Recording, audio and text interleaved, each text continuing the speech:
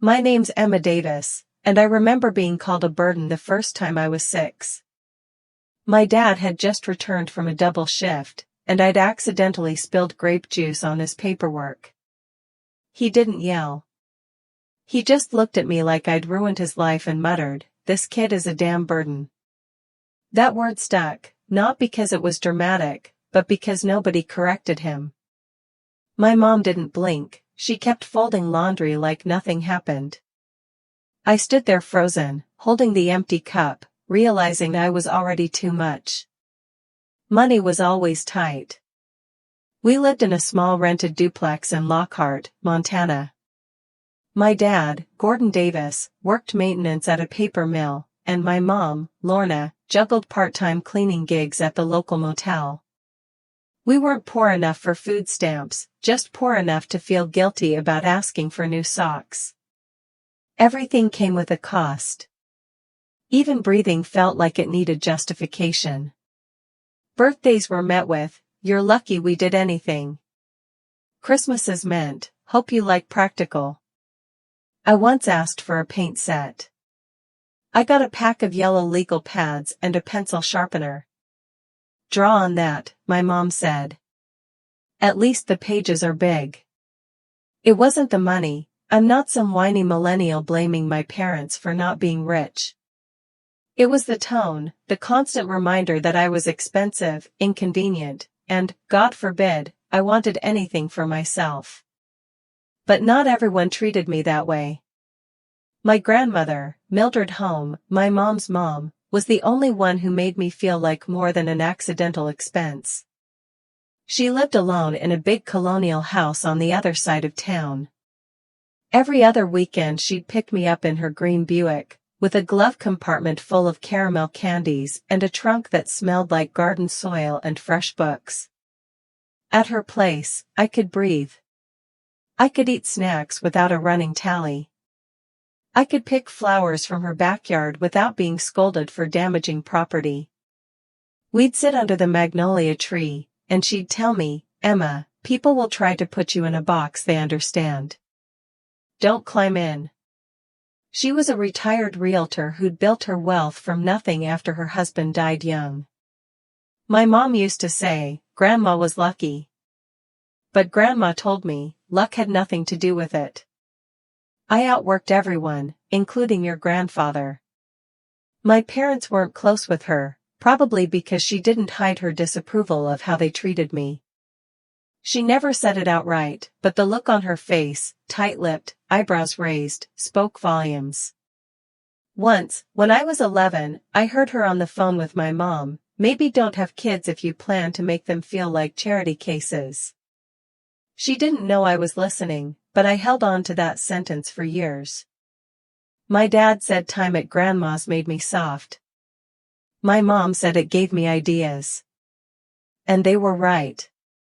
It gave me the idea that I wasn't crazy for feeling miserable at home. It gave me the idea that being treated like I mattered wasn't some rare luxury. By 16, I knew I wouldn't stay in that house a minute longer than I had to. College wasn't happening, they wouldn't help, and I couldn't afford loans alone. So I started planning my escape. The military came up in my junior year. A Navy recruiter visited our school with videos of boats, uniforms, people who looked proud. I signed up within the week. My parents didn't even try to stop me. I think they were relieved. One less mouth to feed, one less utility bill, one less burden. Looking back, it's funny. They thought they were unloading me. They didn't realize I was learning discipline, structure, and how to play the long game. If you've ever been made to feel like a burden in your own family, leave a comment. I read every one. And don't forget to hit subscribe. Trust me, it gets interesting. I packed everything I owned into one duffel the day I shipped out. No tearful goodbyes. Try not to get kicked out for attitude, my dad said. Make sure your checks go to the right address, my mom added. That was it. Their send-off. I didn't cry. I didn't look back. I just walked into the recruiting office with my papers in one hand and that old sentence from Grandma echoing in my head, "Don't climb in." I didn't miss home, not for a second. The Navy didn't care about my last name or GPA. It cared if I followed orders, showed up on time, and could survive boot camp without crying or quitting. So I did all three. My bunk was narrow, my boots were stiff, and every morning smelled like disinfectant and overcooked eggs, but I was free.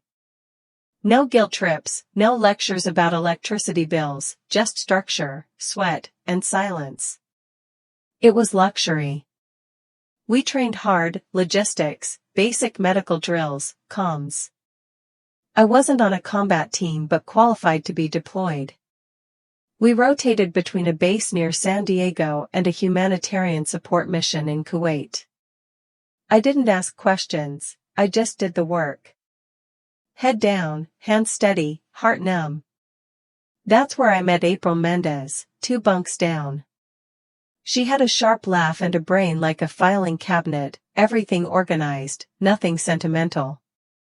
We didn't become best friends, but we trusted each other. That's the closest you get. Then one day we were loading gear into a convoy truck and someone didn't check a latch. A crate came down hard, crushing April's collarbone and part of her skull. She died before the medics arrived. 6 seconds. They held a quiet memorial, we saluted a photo and moved on. Mission first, no time to unravel. Inside, I broke open like a can under pressure. I didn't cry or sleep. I just stared at my locker, counting down the days without meaning. I started writing letters I never sent, to April, to my grandmother, to some version of myself I'd never met. They weren't poetic, mostly lists, things I'd done, things I hadn't, things I wouldn't let slide anymore. A few months later, I got an email from my mom, "When are you sending money again? Your dad needs brakes on the truck. How are you? Are you safe?" I sent the money. That's the part people never understand, you don't cut ties all at once. Not with family, not when your worth's been tangled up in obligation your whole life. You still think maybe if I keep giving, I'll stop being the disappointment. 6 years, that's how long I served. I rose to E5 and earned an honorable discharge. No medals, no drama, just quiet work and clean files. I had savings, a plan, and a resume that said I knew how to get things done. No one awaited me when I stepped off that final base in Norfolk, Virginia.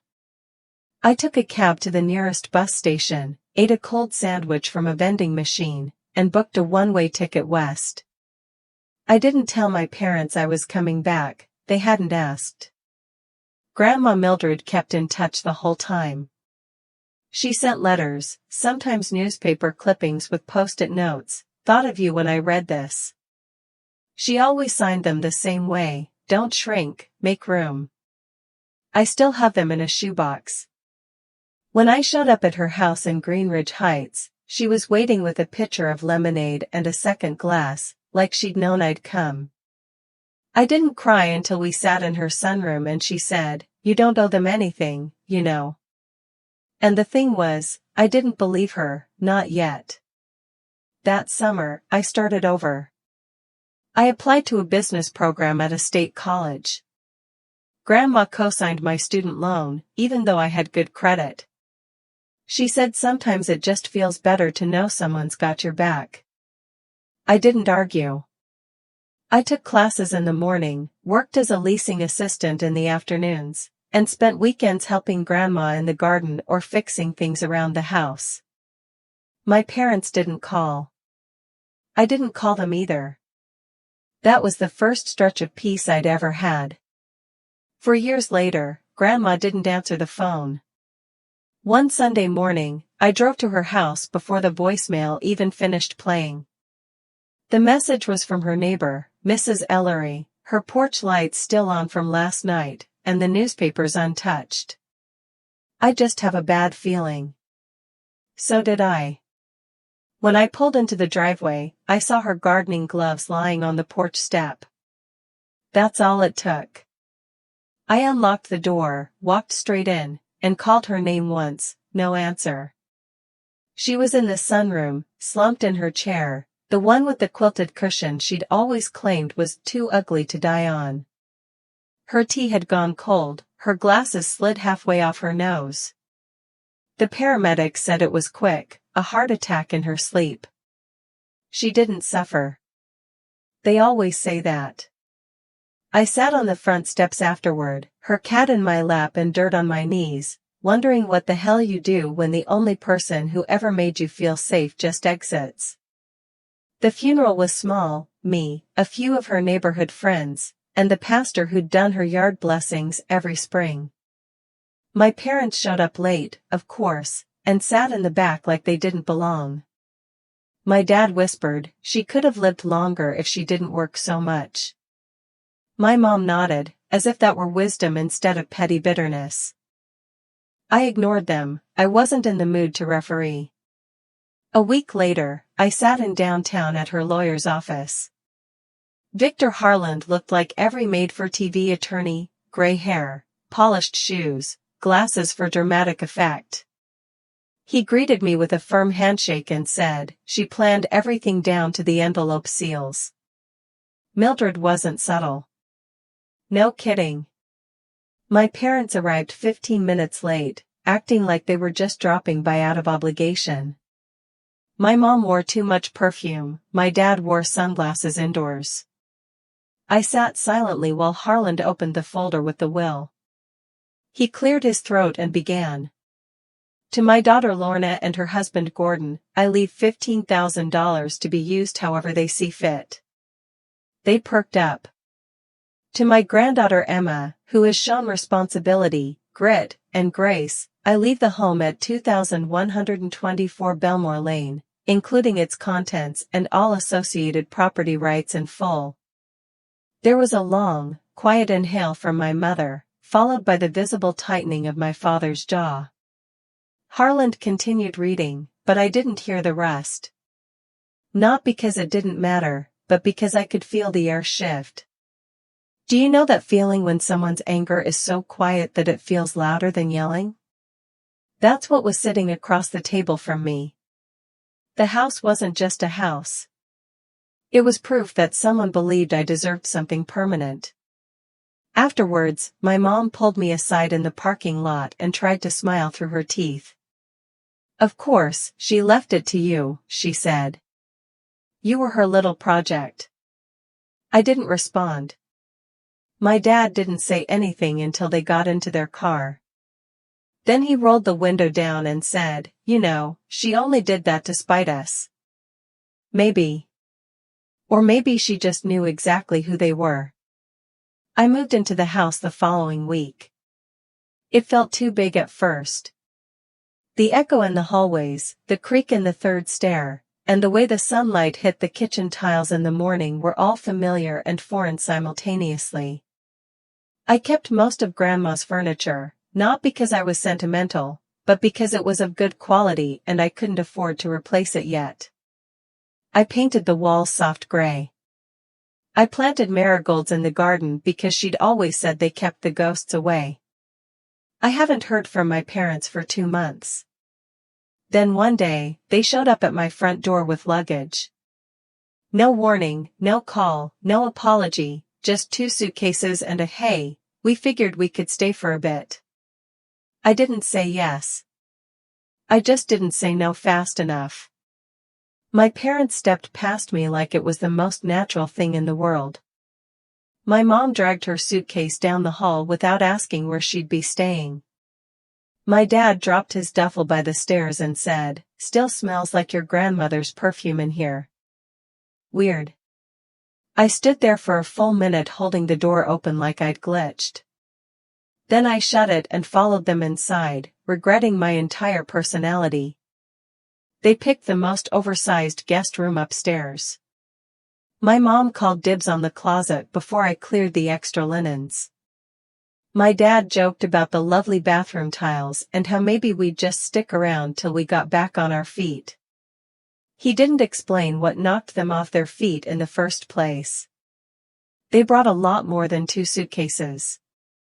Over the next week, their few nights became a complete migration. My dad hauled in his recliner. My mom installed her Keurig on the kitchen counter and shoved my French press under the sink. They started getting mail at my address, bills, catalogs, some kind of AARP newsletter. I didn't fight it. Not right away. I thought maybe this is my chance. Maybe if I'm generous, patient, flexible, if I give them the stability they never gave me, they'll finally treat me like I matter. It's embarrassing how long that fantasy lasted. They didn't pay for anything. Not groceries, not utilities, not toilet paper. My mom made offhand comments like, "You're doing so well now. I don't want to interfere." My dad kept saying, "Back when we were carrying you, we didn't complain."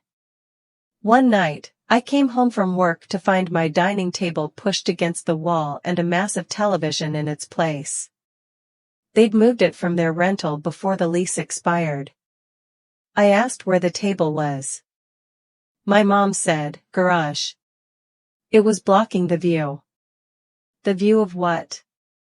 A wall. I ate dinner standing up that night, cold pasta out of a Tupperware, leaning over the sink while they watched game shows in full surround sound. The worst part? They looked happy, like squatters in paradise. The following month, my dad started referring to the place as the house instead of your house. Such as, "We really ought to repaint the living room in the house," or, "I think the house needs a new water heater soon." I corrected him once. "You mean my house?" And he just laughed. Yeah. Yeah. Legally, but it's the family home. Family home. My grandmother would have set the carpet on fire if she'd heard that. My mom began rearranging the kitchen. She took down the hooks I'd put up, swapped out the plates, and moved all my spices into a cardboard box labeled "too cluttered." She called it tidying. I called it eviction in slow motion. They never asked for permission. They acted like permission had been permanently implied. I spent most evenings hiding in my room. I started locking the door, which they found insulting. My dad knocked once, then muttered, "Some people forget where they came from," loud enough for the whole street to hear. My mom didn't even knock. She just started leaving laundry baskets outside my door like we were roommates. Every interaction became a landmine. I stopped cooking when they were in the kitchen. I showered late to avoid small talk. I wore headphones around the house, not because I was listening to anything but just to survive the commentary. The final straw came on a Sunday afternoon. I came home early, sweaty and tired from a showing, hoping to crash with a frozen pizza and Netflix. Instead, I walked into a full-blown barbecue in my backyard, folding chairs, Bluetooth speaker, unfamiliar faces eating ribs off my plates. My mom waved from the grill and said, "Didn't think you'd be back this early." She didn't apologize. My dad handed me a beer that made it okay. I set it down, walked upstairs, and closed the door hard. I didn't yell. I didn't cry. I just sat on the edge of my bed thinking, this is not temporary. This is a takeover. I still paid for everything like an idiot, with a debit card and a dream. They never asked permission to use groceries, utilities, and streaming subscriptions. My mom ran the dishwasher 3 times a day like it cured cancer. My dad kept the lights on in every room like we signaled aircraft. I didn't say anything. I just kept the peace. Peace was expensive. When I suggested they pitch in, my mom blinked like I'd spoken in Morse code. "You know, where?" "In between things," she said. "Between what and what?" She never specified. They weren't working. They weren't looking. My dad said he was reassessing options, which meant watching golf and complaining about taxes. My mom took up meal planning, which meant rearranging the fridge and making passive-aggressive comments about expiration dates. They made themselves comfortable. Too comfortable. My mom started redecorating for balance. She hung a framed quote in the hallway, "Family is where life begins and love never ends." I wanted to add in Sharpie, "and bills mysteriously triple." I kept trying, though. I still made them dinner once a week. I still asked if they needed anything when I went shopping. I still showed them listings for affordable apartments like some kind of idiot realtor Cupid. Nothing stuck. They'd nod, smile, then turn back to whatever game show or true crime special they were watching. One night, I came across a stack of old letters in the attic. They were ones I'd written during deployments. I hadn't realized Grandma kept them all, unopened, most read and annotated in the margins. She'd underlined things like, "I miss home," and written next to them, "Which one?" I cried reading them. Not because of the words, but because I remembered what it felt like to believe that my parents might still turn into people who wanted to understand me. I used to send money every month from the base. It wasn't much, $200 here, $150 there. My dad said it helped with groceries. My mom said it was the least I could do. I was 20 and saluting flags while they spent my check on a used motorcycle and bulk wine. At the time, I thought love meant sacrifice, that you proved your worth by what you gave up, not what you kept. So I gave quietly, repeatedly, like a vending machine that only accepted guilt. I was the dependable one, the responsible one, the one who'd made it out and owed something back for the escape. My parents loved throwing that around. "You think you just got there on your own?" my dad once snapped. "We fed you, didn't we?" "Sure." Toast and resentment. Still, I kept my mouth shut. I wore my guilt like a uniform, pressed, zipped, and regulation. I even paid off their old credit card debt when they said they were being harassed. I paid the vet bill when their dog got sick. I paid the property tax that wasn't theirs because my mom said it made her anxious. I paid and waited for something to change. The only thing that changed was me. I started waking up exhausted even after 8 hours. My chest felt tight in the afternoons for no reason. I got snappier at work and shorter with clients. I stopped going out. Every weekend, I felt like I was playing hostess to ungrateful guests at a party I didn't throw. One Saturday, I made pancakes from scratch. My mom took a bite and said, "Did you forget the vanilla?" My dad grunted, "They're a little chewy." Then they asked if I could lend them cash for an upcoming trip. "Where to?" I asked. "Europe." "It's always been a dream of ours," my mom beamed. I stood there, spatula still in hand, and realized something deeply unfunny. I was footing the bill for people who would never, under any circumstance, do the same for me. I said I'd think about it, then took my pancakes upstairs and ate them alone, chewing every bite as if it owed me something. That night, I opened my banking app and stared at the balance as if it had personally betrayed me. There it was, $4,312.19, down from over 10 grand 2 months ago. And for what? A new espresso machine my dad insisted would really elevate the mornings. The fancy linen drapes my mom swore were an investment in ambience. Somehow I'd paid for ambience, caffeine, a weekend at a wine resort I wasn't invited to, and their credit card minimums from last Christmas. I wasn't broke, but I was bleeding. I closed the app and looked around my bedroom. Well, what was left?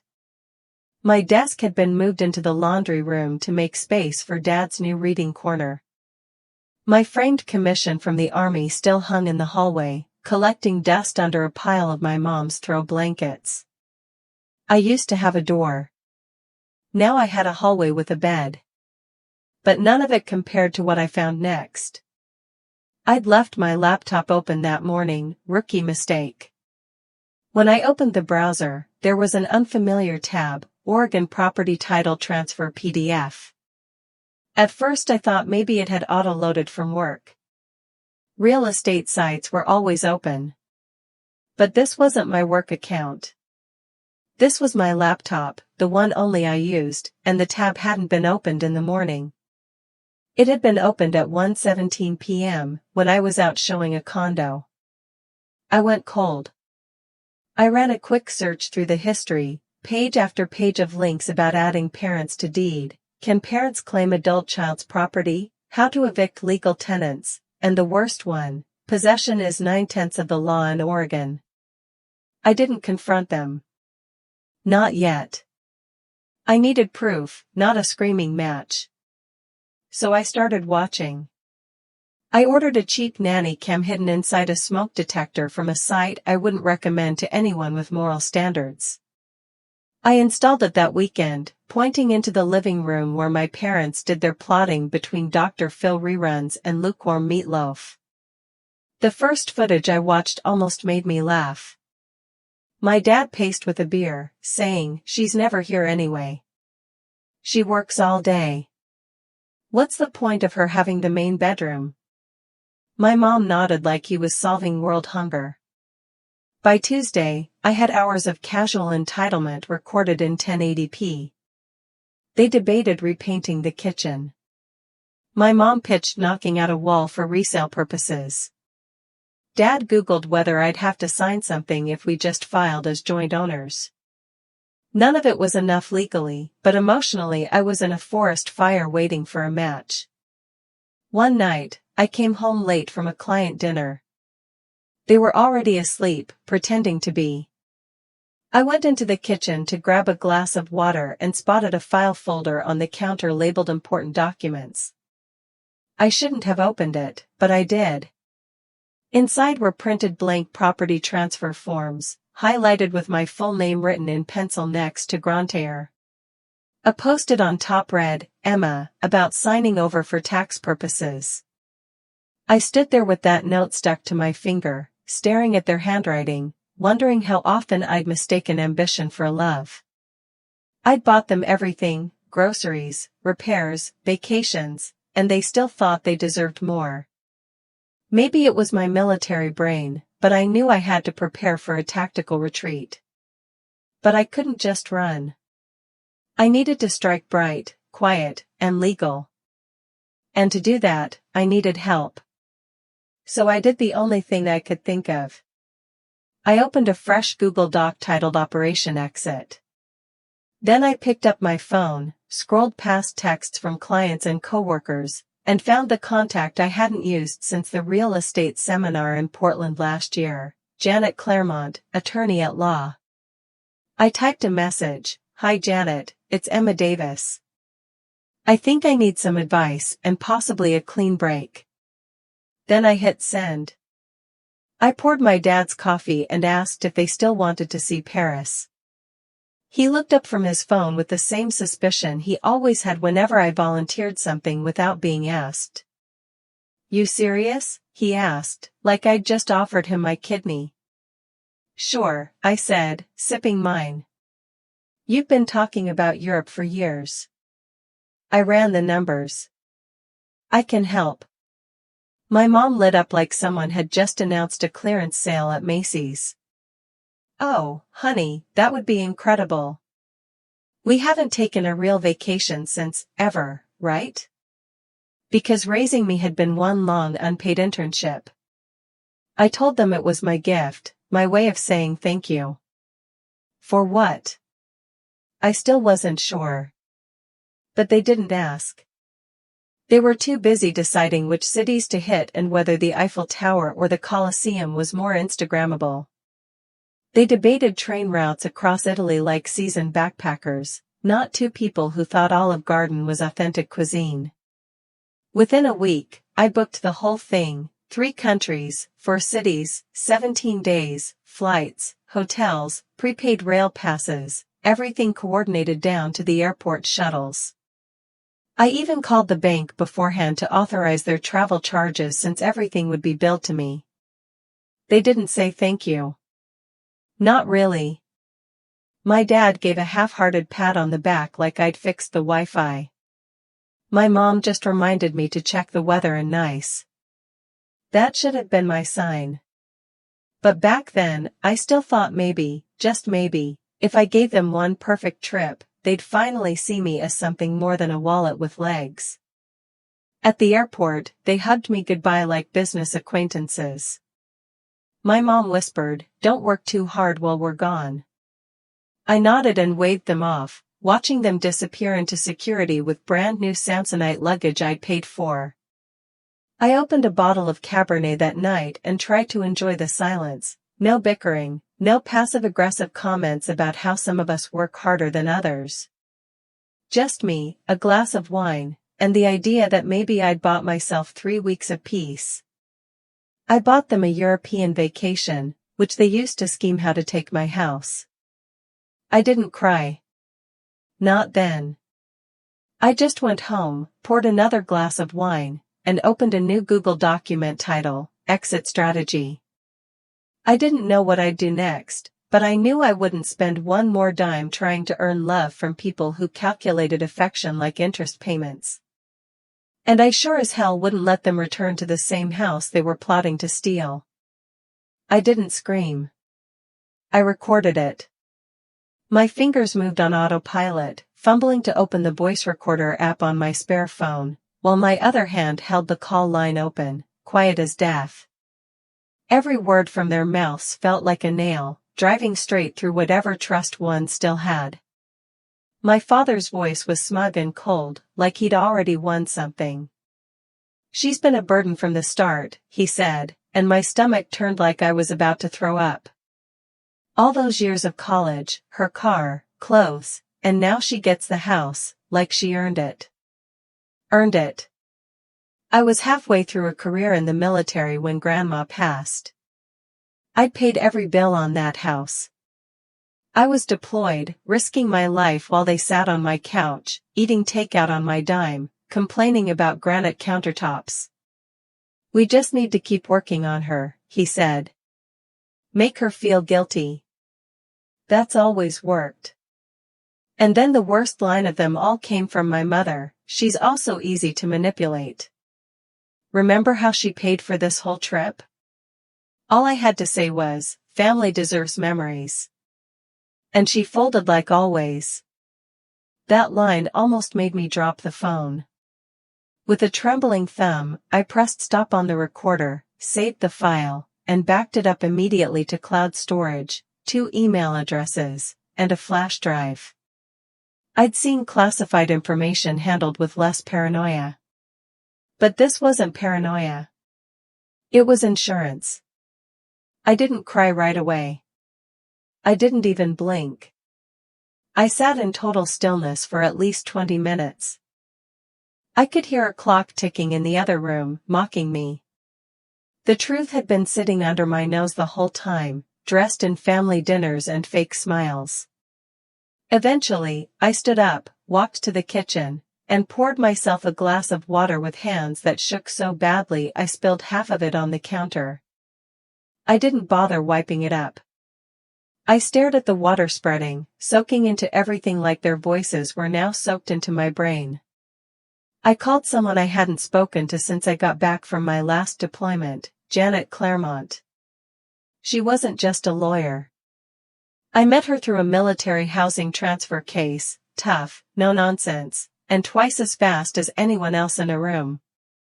She answered on the second ring, as if she'd been waiting. "Emma, I need to sell a house quietly. Middle of the night quiet, or witness protection quiet. Middle of betrayal quiet." Got it. We set up a meeting for later that day. I already had the deed, the will, my ID, and every receipt and invoice I'd kept neatly filed and ready to go. I wasn't thinking clearly, but part of me had been subconsciously preparing for this moment for months. Next came Bryce Lang Realty. I'd worked with Bryce on military relocations, and I knew he didn't ask questions as long as the paperwork was clean. When I walked into his office, he was eating a blueberry muffin and looked up with crumbs on his beard. "I need the place gone in under 6 weeks. No yard signs, no Zillow, no open houses, just buyers with money and no drama." He blinked. "Did you kill someone in there?" "Just a dream. Slowly, over 4 years." "Cool. I'll get started." We shook on it. I didn't flinch when he told me the asking price might have to be slightly cut for the quick turnaround. I wasn't attached to the money. I was attached to my freedom. Back home, I took photos of everything: my parents' furniture, the house, the closet. My dad had started calling his office. I logged their things, sorted them, and made a spreadsheet with categories: mine, grandma's, and their crap. That third category took the longest. I went into the main bedroom, my bedroom, and saw the outline of their suitcases still sitting in the corner, waiting to come home. I sat down on the bed and just breathed, deep, long, tired breaths. Deep down, I knew this wasn't just about a house. This was the first time in my life I was done playing the grateful daughter role. I was done being loyal to people who saw me as a safety net instead of a person. I'd stood on front lines in other countries. I'd survived drills, ambushes, and a broken ankle in Kandahar. But none of that hit as hard as hearing my parents call me a burden behind my back. And now I was loading the clip, not with bullets, but with evidence, leverage, paperwork, and silence. I didn't need to scream. I would burn everything they thought they owned with a signature, a witness, and a real estate transaction. I started packing like I was prepping for deployment, not in panic, but in precision. The kind of methodical movement that keeps your hands busy while your brain rewires everything it thought was true. I started with my bedroom, clothes, documents, photos, and grandma's letters, all going into hard-shell containers with zip ties.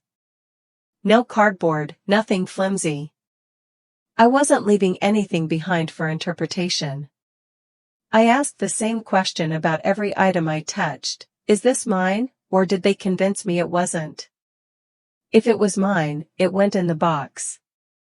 If it was theirs, or worse, if they thought it was, I wrapped it, labeled it, and put it on the list for storage. I moved like a ghost, only at night. During the day, I smiled at work, answered emails, and pretended to care about HOA meetings. No one suspected a thing. Meanwhile, Janet and Bryce were moving mountains behind the scenes. Janet handled the paperwork and prepped a quiet escrow process. Bryce lined up a private buyer from his network, an older couple looking to downsize into something solid, fast, and in cash. They didn't even blink at the no-showing rule. They were happy to buy as is. With my parents still in Europe, I had room to breathe. I brought in movers 2 days after the deal entered pre-closing. It's not a moving truck, too obvious. A white cargo van rented under a fake LLC. Janet helped me register. We boxed everything my parents brought into the house and loaded it into labeled crates: Gordon and Laura Davis, hold for pickup. Storage went to a facility called Harbor Vault, 30 minutes away, with no drive-up access and a passcode required for entry. Their unit was prepaid for 6 months under their names, with a typed inventory list and a laminated welcome packet taped to the inside: professional, polite, cold. I didn't smash anything. I didn't donate their stuff to charity or throw it in a dumpster behind a Denny's. That would have been satisfying but stupid. I wanted this clean, legal, final. The realtor scheduled the walkthrough for the buyers while I was at work. They loved the place, especially the fireplace and the newly painted kitchen, which, ironically, my parents had insisted on remodeling for resale. Ironic didn't even begin to cover it. Once the final price was confirmed, $1.48 million, less commission and legal fees, I signed the last document electronically from my phone at a red light. It was the most expensive tap I've ever made. The house wasn't mine anymore, but the victory, that was all mine. With the sale official, I had exactly 4 days before my parents returned. So I emptied the fridge, shut off the Wi-Fi, redirected mail to a P.O. box, and canceled the utilities effective the night before their flight landed. I left nothing behind but their things in storage, a freshly vacuumed living room, and one printed letter taped to the door with packing tape. Surprise! The burden sold the house. Your belongings are at Harbor Vault Storage, Unit 204B. The lease is paid through December. You're welcome. No name. No contact number. Just that I parked 3 blocks away that morning to watch from a distance. I wasn't sure why, maybe for closure, maybe to make sure I wasn't hallucinating this whole thing. When their rideshare pulled up, they got out looking smug and sunburned, wheeling their designer luggage down the driveway like they still owned it. They looked confused at first, then annoyed, then panicked. My mom tried the key 3 times. My dad banged on the door. I couldn't hear what they were yelling, but I saw when my mom noticed the note. She stood there for a long time, reading it, rereading it, then handing it to my dad, like maybe he'd translate it into a version where it wasn't true. He kicked the door. She yelled something and pointed at the street. And I just sat in my car, sipping iced coffee, watching my parents unravel like they'd never imagined a version of me that didn't beg to be loved. The one thing they never planned for was that the burden might walk away and lock the door behind her. I pulled out of the neighborhood without a second glance. There was nothing left for me there except peace, and I'd already packed that too. 2 hours later, they showed up at Bryce Lang Realty, red-faced and vibrating with rage. Bryce called me the minute they walked in. His voice was calm, almost amused. "They're here," he said. "And they're loud." I was sitting in a coffee shop across town, halfway through a turkey sandwich. I wiped my hands, sipped iced tea, and said, "Did they bring a lawyer?" "Nope. Just entitlement and volume." I let out a breath through my nose. "Let them talk. Don't answer questions. Just smile." Bryce chuckled. "Already on it." I hung up and opened the Notes app where I'd been tracking their reactions. Call log: 5 missed calls from Mom, 3 from Dad, and 1 voicemail that started with heavy breathing and ended in what sounded like my mom throwing something. Classic. They didn't take the quiet route. According to Bryce, they slammed the reception desk with questions. "This is illegal," my dad kept saying, like it was a spell. "You can't just sell a house from under your parents." Bryce, bless him, kept his voice flat and his smile thin. "Sir, you were not on the deed. You were not tenants. You had no lease. You were guests. It's perfectly legal." My mom demanded to see my signature. Bryce pointed at the framed license on the wall and said, "We don't show documents to angry strangers, but thanks for asking." I pictured their faces, the disbelief turning into panic, the panic curdling into rage. That same look they used to give me when I didn't fold under guilt. Only now, there was nothing left to hold over me. When they realized Bryce wouldn't budge, they tried a new angle: "Our daughter's mentally unstable." My mother told him, "She's always been impulsive. This isn't like her." Bryce raised one eyebrow and replied, "She seemed stable enough when she signed the listing agreement, negotiated counteroffers, and wired the down payment for her new condo." That shut them up. They left 15 minutes later. Bryce texted me, "Your parents just stormed out. Your dad tripped on the welcome mat." I didn't laugh out loud. I smiled into my coffee. An hour later, they found the storage unit. The phone calls shifted from rage to pity. "Emma, we're just confused," my mom said in one voicemail. "We thought this was all a misunderstanding.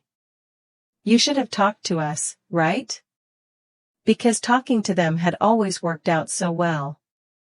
Then came the messages from extended family, cousins, uncles, even Aunt Rhonda from Albuquerque, who hadn't spoken to me since I was 12. My parents had activated the family damage control network. "I got everything from there, your parents. You only get one set, to couldn't you have at least waited until they got back?" One cousin wrote, "You really hurt them, Em." I replied, "They stole from me."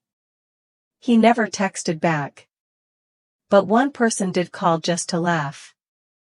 I hadn't talked to my old sergeant, Tasha Brooks, since her retirement. She'd somehow seen the whole thing unfold online. My mom had managed to post a 400-word Facebook rant about entitled children who forget where they came from, without naming me but tagging me anyway. Tasha said, "Damn, Davis, remind me not to cross you. You deploy like a soldier and strike like a lawyer." She wasn't wrong. The part that stunned everyone most wasn't that I sold the house. It was that I did it quietly, no fight, no warning, no dramatic family scene, just a clean, precise strategy. The way I'd been trained, the way no one ever expects from someone they've spent years underestimating. My parents didn't show up at my door. They didn't know where I lived now, and Janet made sure of that. She handled the closing documents and all forwarding mail. They only had a receipt from Harbor Vault and an empty driveway that used to be theirs in their heads. I wasn't hiding. I wasn't afraid. I wasn't even angry anymore. I'd spent years trying to be a good daughter, years trying to give them things they never gave me, patience, respect, stability, and they called it weakness. But now they knew exactly how strong I could be. 3 days later, they marched into the Ashbridge and Monroe Realty office like they owned the building. They didn't even have an appointment, they just stormed through the glass doors like they raided a castle that used to be theirs.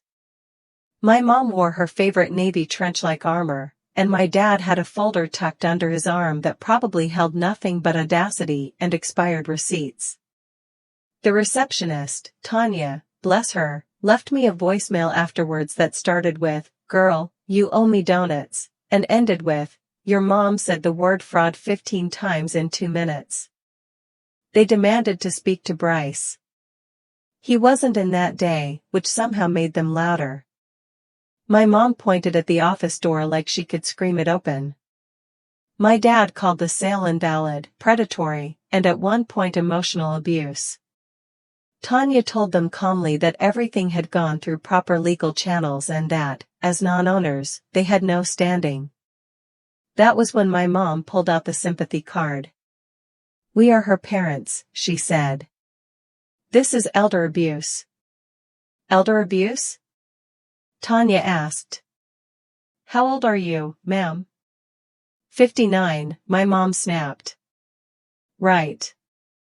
They left in a cloud of indignation and overpriced cologne. Tanya said my dad knocked over the brochure stand on his way out and pretended it was an accident. 2 hours later, the Facebook post started again. My mom wrote a paragraph about modern children and their greed. She called me the kind of daughter that makes you wish you'd stopped at one. I was tagged, of course, so were several relatives, 2 ex-neighbors, and, for some reason, our old church pastor from Idaho. In the comments, people asked what happened.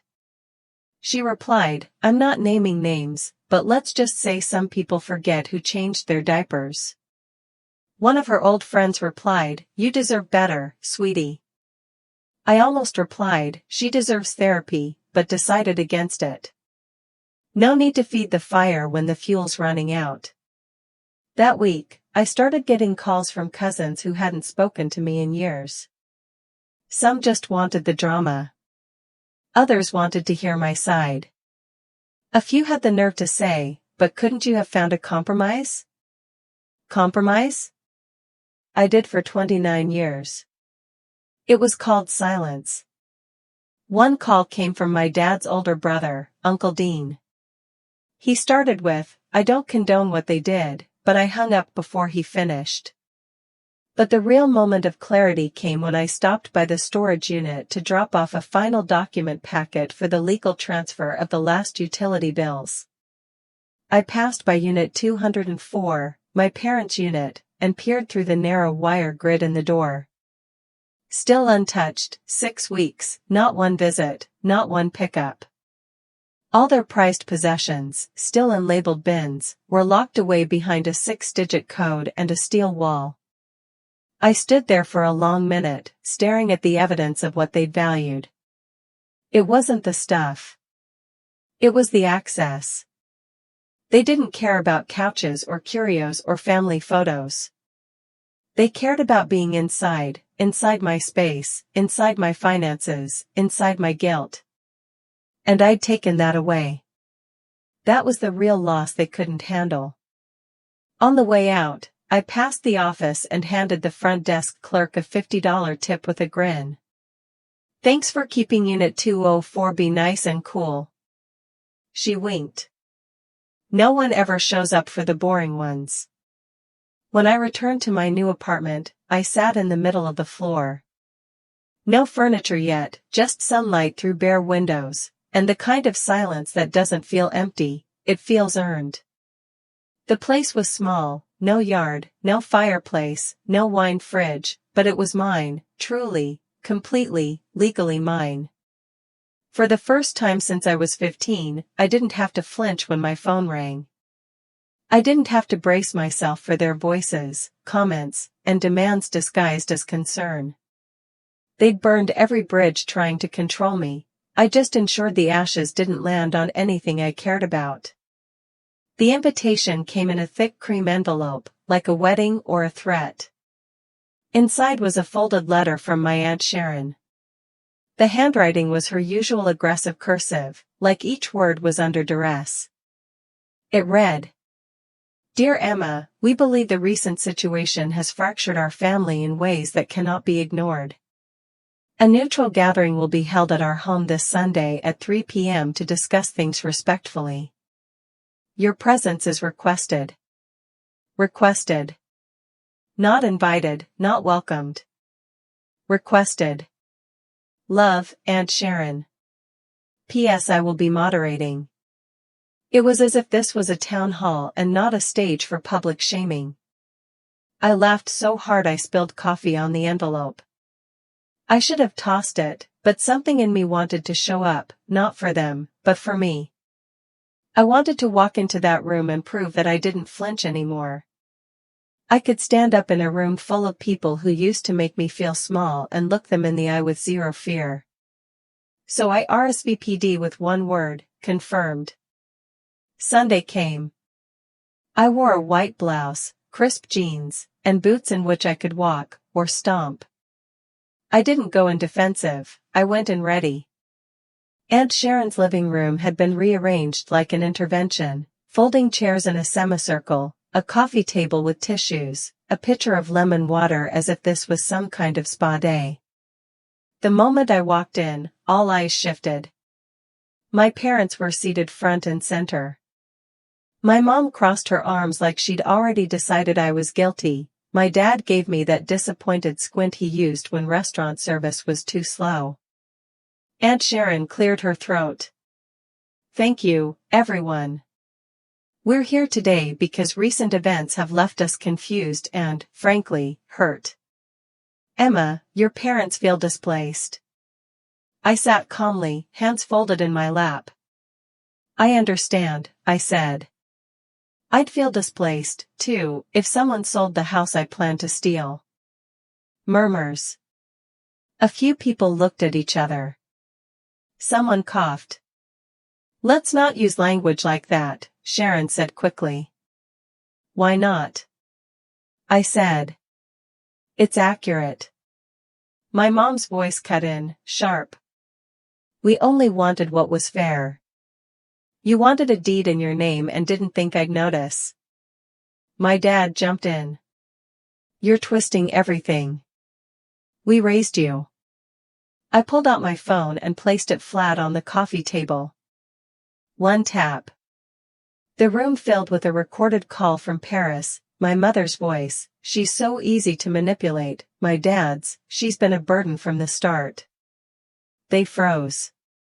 The room went silent except for my aunt shifting uncomfortably in her chair. I paused the recording. Would anyone like context? Aunt Sharon looked like she'd swallowed a stapler.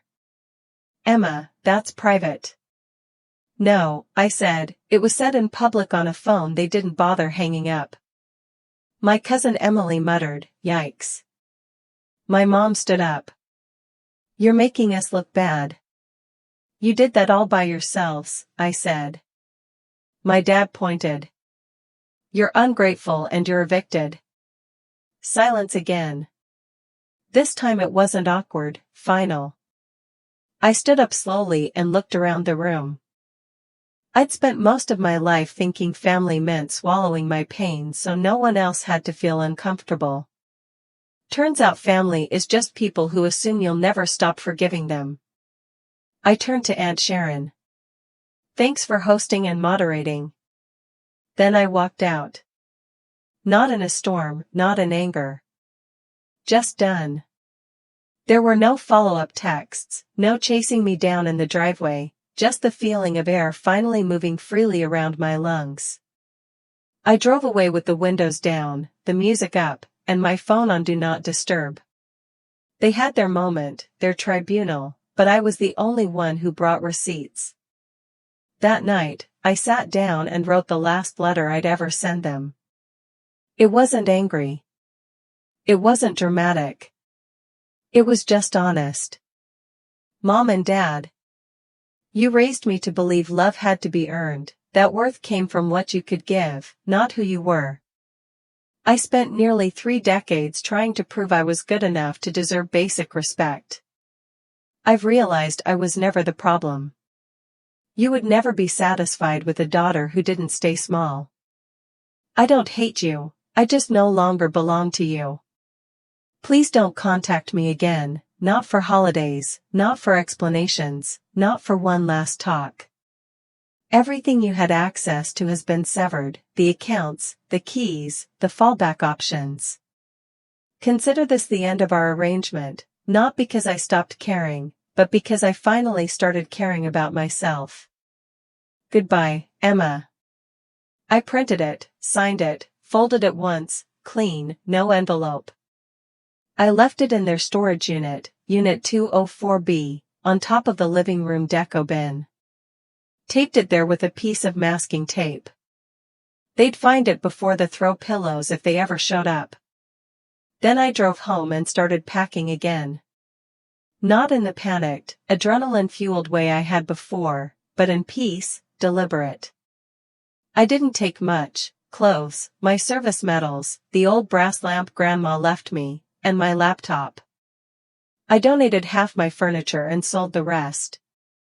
I even left my real estate license on the fridge with a magnet that read, "I'm done." Moving day came with no fanfare, just a U-Haul and me, the steering wheel slick with sweat and GPS set to Davenport Springs, quiet town, clean air, 2 hours east. No one knew me there. That was the point. My new apartment was a second-floor walk-up with creaky stairs and one stubborn cabinet door that never closed right. I loved it immediately. It didn't have a fireplace, but it had light. It didn't have history, but it had potential. The first night there, I ate Chinese takeout on the floor with a paper napkin and a plastic fork, and I didn't feel sad. I didn't feel triumphant, either, just still, like my nervous system finally found the off switch. A week later, I started volunteering at a local nonprofit that supported female veterans transitioning to civilian life. One of the women I met there, Tanya, asked me why I left Portland.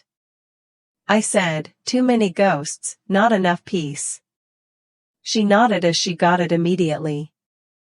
Davenport Springs wasn't fancy or fast, but it was kind. People remembered your name. The coffee shop owner asked me what muffins I liked, and I remembered the answer. No one looked at me like I owed them anything. For the first time, I was just Emma, not Emma the daughter, not Emma the soldier, not Emma the fixer, just me. I got a dog. Her name's Radar. She's small, scrappy, and suspicious of everyone, which is fair. We go on walks twice a day. She doesn't judge how many times I talk to myself out loud. The nightmares I used to have are fewer now. I still wake up sometimes expecting a guilt trip in the form of a voicemail or a knock on the door. But each time, it's just silence. And silence, I've learned, is not the enemy, it's the absence of performance. Sometimes I think about what I lost. Then I remember I didn't lose a family. I closed the door on a dynamic that never loved me back. That's not loss. That's a correction. I don't celebrate revenge. I celebrate boundaries, but sometimes I think about their faces late at night when they realize they had nothing left to take. And, yeah, it still tastes sweet. Freedom isn't always loud. Sometimes it's as quiet as your apartment with rules and not one person trying to tell you who you're supposed to be. That's what I gave myself, and no one's retaking it. Someone asked if I wanted to share my story, and I said yes for the first time. It happened during a local community night at the Davenport Springs Library. I wasn't planning to speak. I'd only come for the cookies, but they passed around a mic for veterans to talk about transition. Before I knew it, mine was in my hand. I didn't prepare anything. I just spoke about what it meant to serve your country and come home to people who never noticed you were gone. About how surviving a war zone didn't prepare you for the quiet emotional erosion in your kitchen. About how betrayal and camouflage still feels better than betrayal over brunch. When I finished, no one clapped. They just sat there staring, not in judgment, just stillness, like someone had finally said out loud what they'd all been whispering inside their heads. Afterwards, 2 women came up to me. One had a toddler on her hip, and the other had a scar on her cheek that said more than her words ever could. They asked where they could hear more stories like mine. And I didn't have an answer. So I gave them my email. 5 of us met at a diner just off Highway 32 a week later. No plan, no agenda, just coffee, pancakes, tired women trying to remember who they were outside of rank, trauma, and bad family dynamics. That's how Valor Women Foundation started. No one was trying to be a hero. We were just trying not to disappear. Within 3 months, we had a rented office space, a free website template, and a list of 27 women who needed help getting back on their feet, emotionally, financially, and sometimes literally. We weren't therapists, but we were good listeners. We weren't miracle workers, but we knew how to fill out VA forms and how to spot the exact moment a woman was about to cave under the weight of pretending everything was fine. We got sponsors. Local businesses donated food, printers, and folding chairs. A retired colonel offered to teach grant writing. A hairstylist gave free cuts to anyone walking through our door with deployment papers. One day, a girl named Lexi walked in holding a duffel bag and nothing else. No ID, no money, no shoes. She said, "I heard you don't ask stupid questions." We didn't. We just made her a grilled cheese and gave her a place to sleep. By year 2, the foundation had served over 100 women. Some stayed, some moved on, some sent postcards from better places. I kept every single one in a box labeled proof. I didn't do it for recognition, but recognition found me anyway. One morning, I got a call from someone at the Oregon State Women's Veteran Alliance. They'd heard about the foundation. They were hosting a leadership summit. They wanted me to speak. I almost said no. I wasn't a keynote speaker. I was the girl who once cried in a Costco parking lot because her mom called her ungrateful over text. But I remembered that room in the library. The silence wasn't awkward. It was sacred. So I packed a blazer and wrote notes on a yellow legal pad. The summit was held in a large hall with polished floors and stage lighting that made you feel 10 times more confident than you were. When I stepped to the mic, I didn't thank anyone first. I just breathed and said, "There's a myth that strength means not needing anyone." I used to believe that until I realized it wasn't strength, it was survival. And survival isn't a legacy. It's just the beginning. Afterwards, a woman in the front row came up to me with tears in her eyes. She said, "I didn't know someone like me could do what you did." I smiled and told her, "Neither did I until I did." That was the moment I knew this story. My story was never just mine. Every woman was ever told she was too much or not enough or only valuable when convenient. Every daughter was still called a burden. And it was for the next one, the one still sitting in a house that doesn't feel like home, wondering if leaving is betrayal or survival. It's not betrayal, it's a beginning. I didn't set out to destroy anything. I set out to reclaim myself. The house, the money, the silence were never the point. The point was freedom. And freedom doesn't always come with a flag or a ceremony. Sometimes it comes with a quiet apartment, a locked storage unit, and no voicemails. People still ask if I miss them. I won't lie, I miss the version of them I used to hope for, but I don't miss being disposable. I made peace with the fact that not all families are safe places. Some are just your first battlefield. And walking away from that, that's not failure. That's survival growing into power. Suppose you're listening to this and wondering if you can walk away too. You are, because you're not a burden. You're beginning. If stories like this hit close to home, or if you just can't look away from real-life family drama and bold revenge stories, make sure to subscribe to the channel. We dive deep into true, emotional, and sometimes savage family revenge stories that don't hold back. Hit that button so you don't miss the story that might feel too.